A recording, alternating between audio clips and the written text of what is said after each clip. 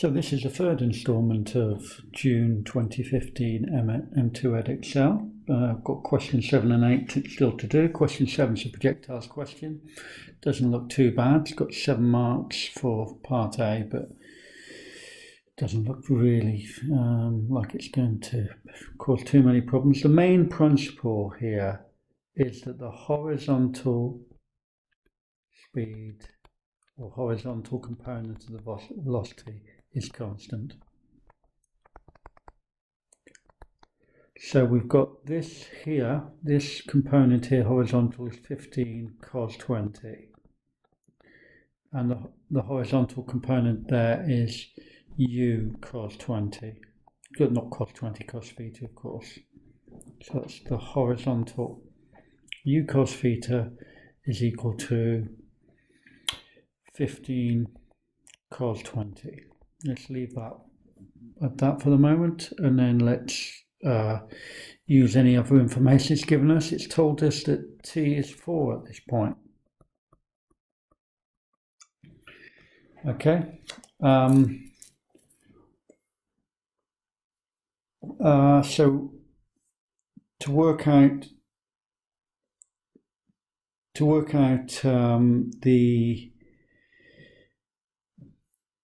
an equation, we're going to do v equals u plus at vertically from O to A. The vertical component of this is obviously u sine theta, and the vertical component of this is obviously 15 sine 20. Okay, so we've got v, which is 15 sine 20, is equal to u, which is u sine 20, u sine theta,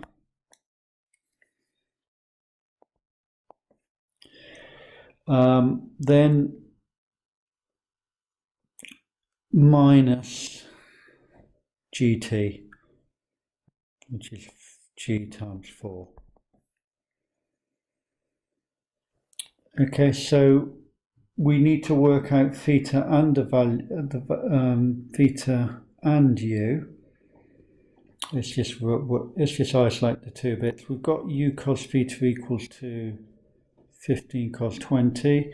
We've also now got u sine theta is equal to 15 sine 20 plus 4g. So if we divide these two expressions, we're going to get tan theta. So that gives us tan theta,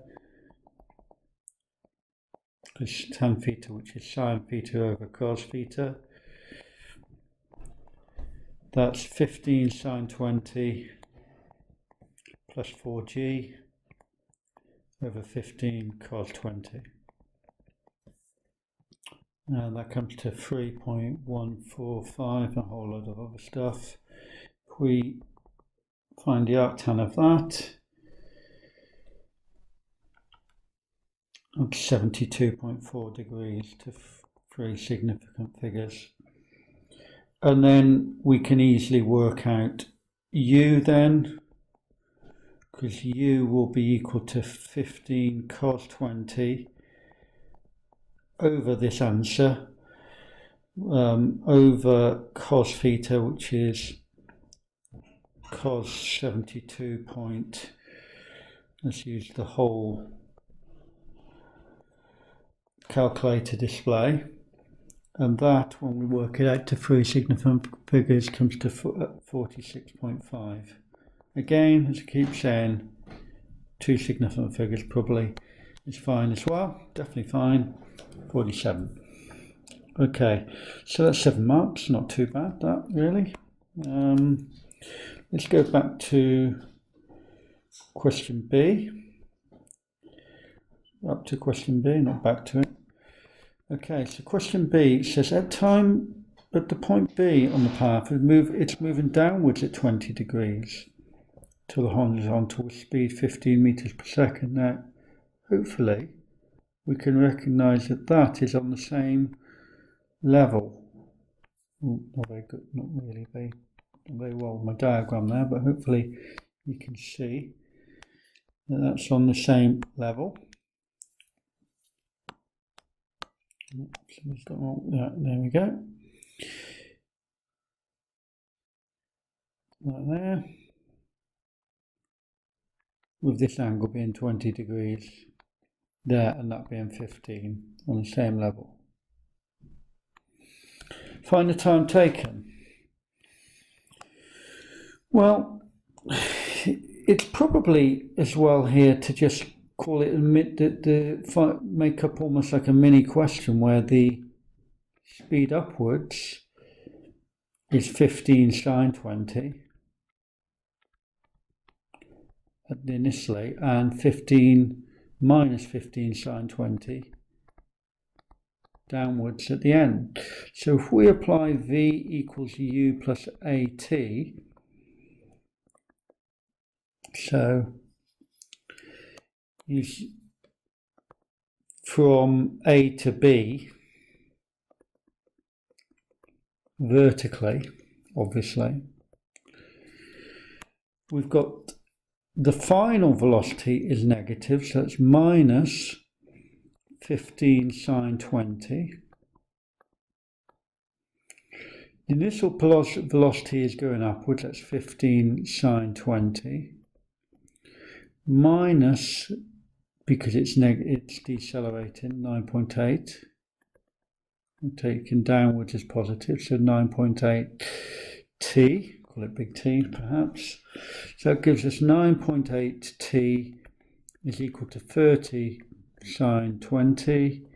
So t is equal to 30 sine 20 over 9.8.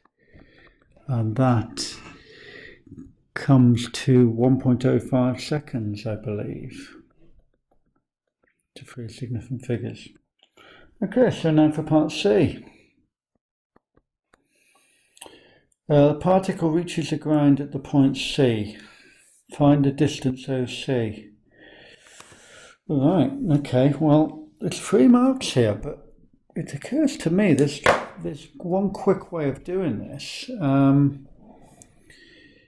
We've been told that t equals to 4 here. So it would also take 4 seconds from B to C, because by symmetry.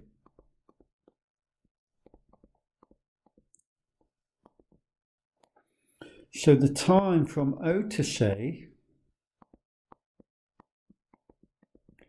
will be the 4 seconds it takes to get from O to B, plus the 1.05 it took to get from A to B, plus the 4 that it took to get from B to C. So that gives us the answer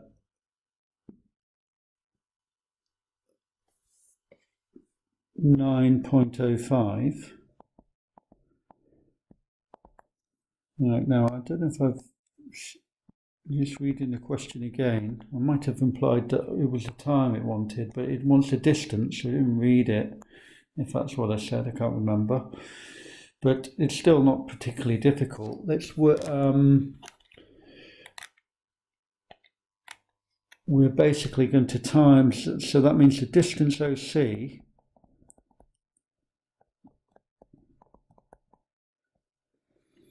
is going to be the velocity, that basically U cos 20, so that's 15 cos 20, which is the horizontal velocity, times, which is constant, times by the 9.05. But I'm using the exact answer, or the more accurate answer that I have in my calculator, just in case, because it can end up with a premature rounding. So just putting this in there, and I get an answer of 128 meters. it's actually 127.52. So it was very, had I rounded prematurely, I would have got the answer 127. The mark scheme in this case has been generous. It does accept 127. Or, of course, it accepts two significant figures, which is 130, which is also a good reason when G is expected to go for it, because two significant figures would be right, 130 anyway. But the three possible answers there, 127, 128 and 130 were all accepted for full marks in this question. Okay, right, last question. Question 8. Okay, so we've got a collisions question to finish with. Three particles. Mercifully, they've all of the same mass. Always like it when it does that, because we don't have to then worry about the different masses and the different velocities. Normally I get the wrong way around or something. So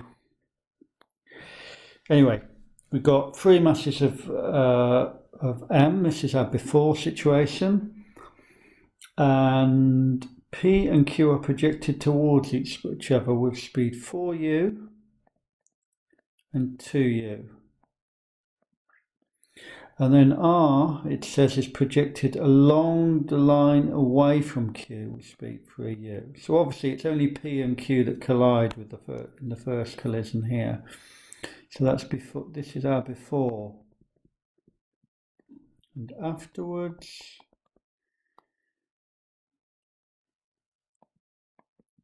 I always label them with numbers. What I really don't like is when it does it on mark scheme sometimes, where they call velocities X and Y. To me, X and Y should always be displacement. So V1, V2, so that I can go up as many velocities I want, up to V4, V5, V6, because sometimes we have lots of these kind of variables and not left trying to wonder what letter I'm going to come up with next. So V1, V2, and of course this one is not affected by the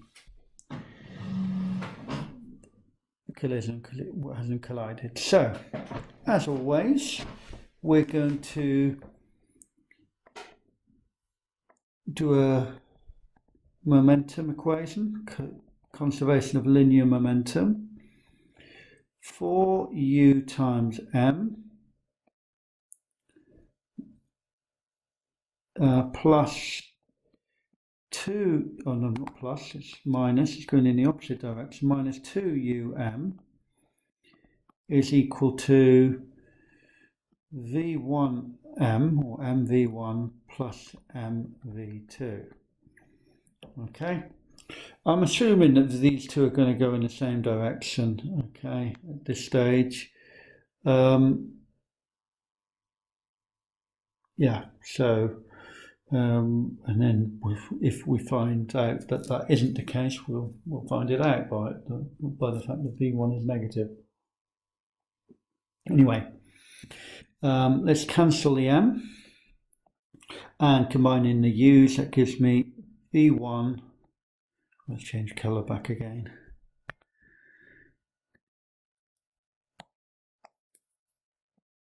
v1 plus v2 equals to 2u.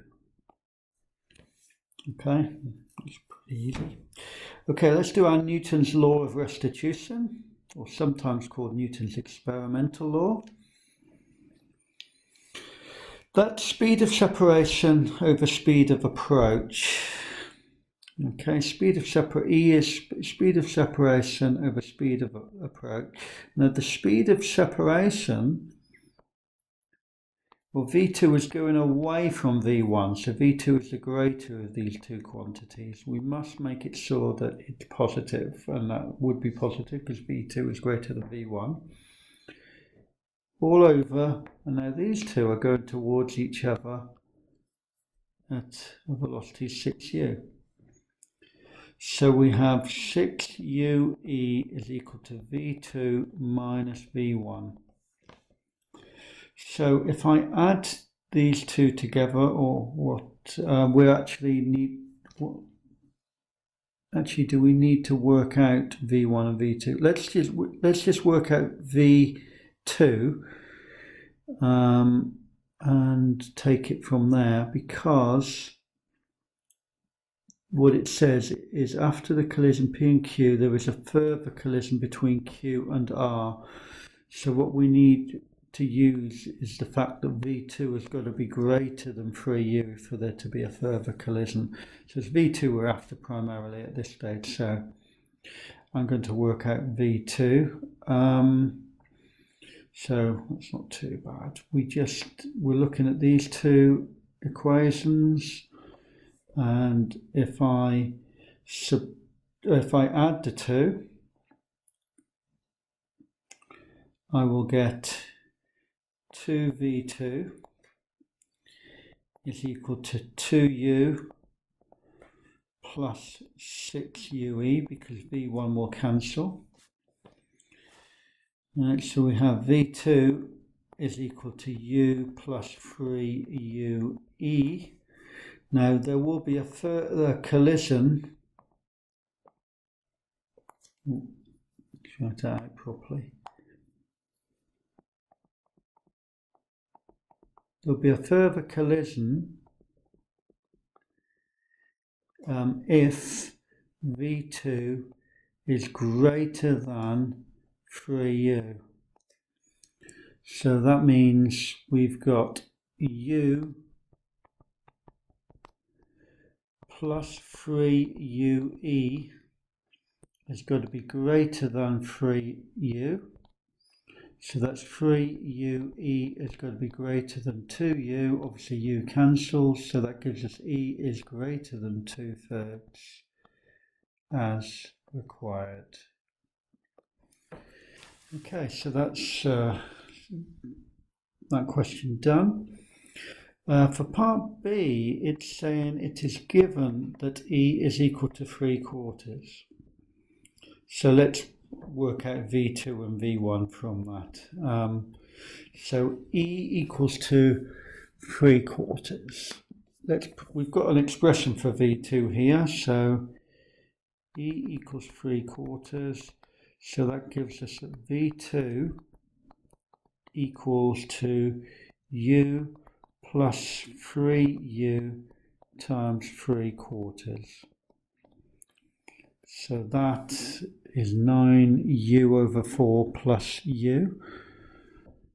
So that makes that 13U over 4. Let's go back to the V1 expression here maybe. That gives us that V1 is equal to 2U minus 13U over 4. Okay, that gives me 8U minus 13U, so that's minus 5U over 4. So let's just look at the second collision now.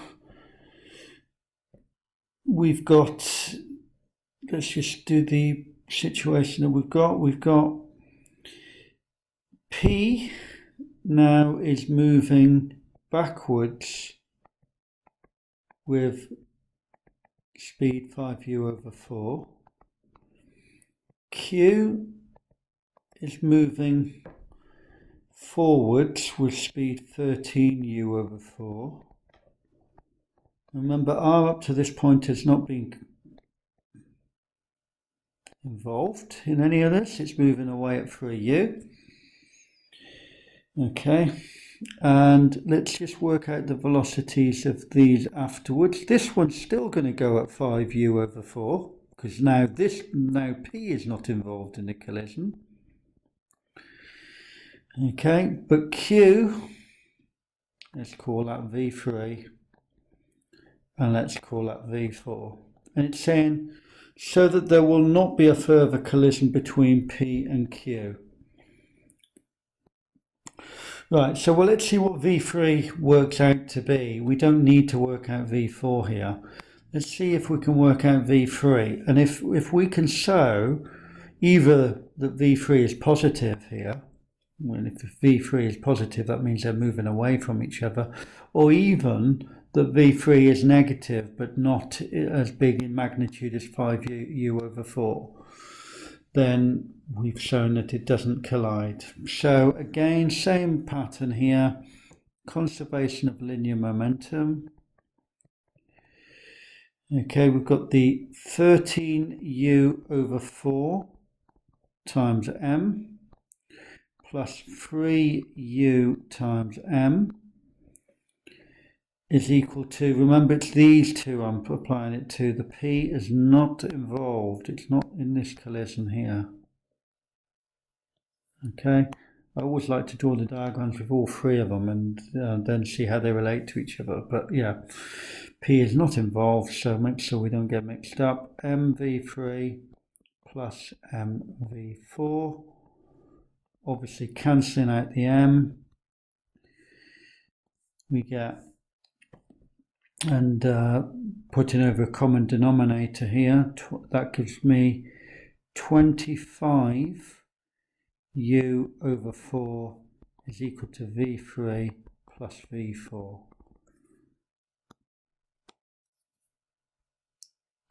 Okay, let's do a Newton's law of restitution.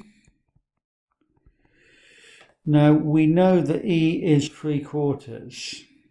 So we have speed of separation, so let's write 3/4 is equal to speed of separation, which is v4 going away from v3, over speed of approach, so that will be equal to, the greater one is 3u over 4 minus 3u. That's u over 4 on the bottom there. So that's v4 minus v3 u over 4. So multiplying that out, I get v4 minus v3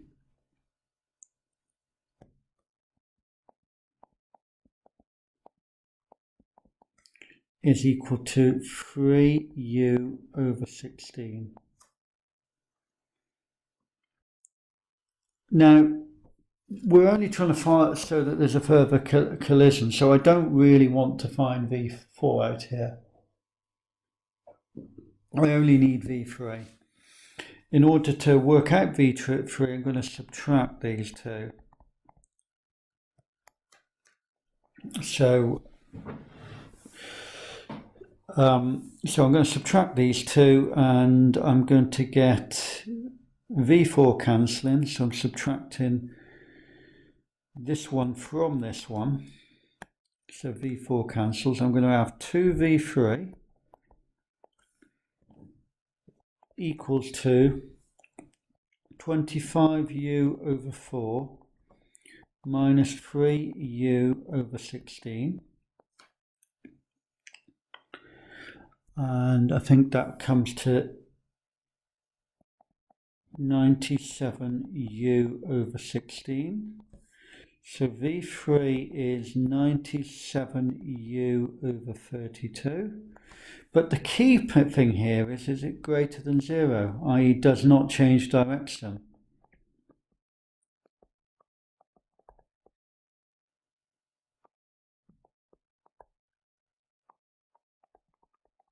So that means that P and Q are going in opposite directions,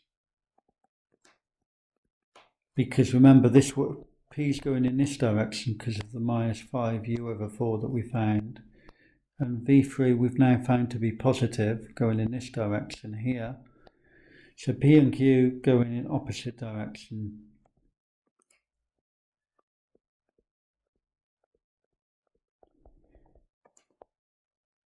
There will be no further collision.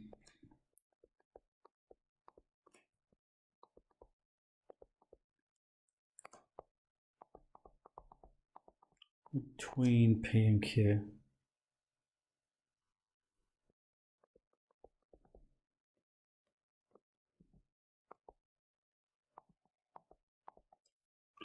Okay, in fact, there won't be a further collision at all, of course, because P is going in the opposite direction and now R is going faster away from Q. So there will be no further collision. So had the question not specified P and Q, we would have done exactly the same thing. Okay, so that is June 2015 done. Okay, and I hope you enjoyed that. I find it useful. Thanks. Bye.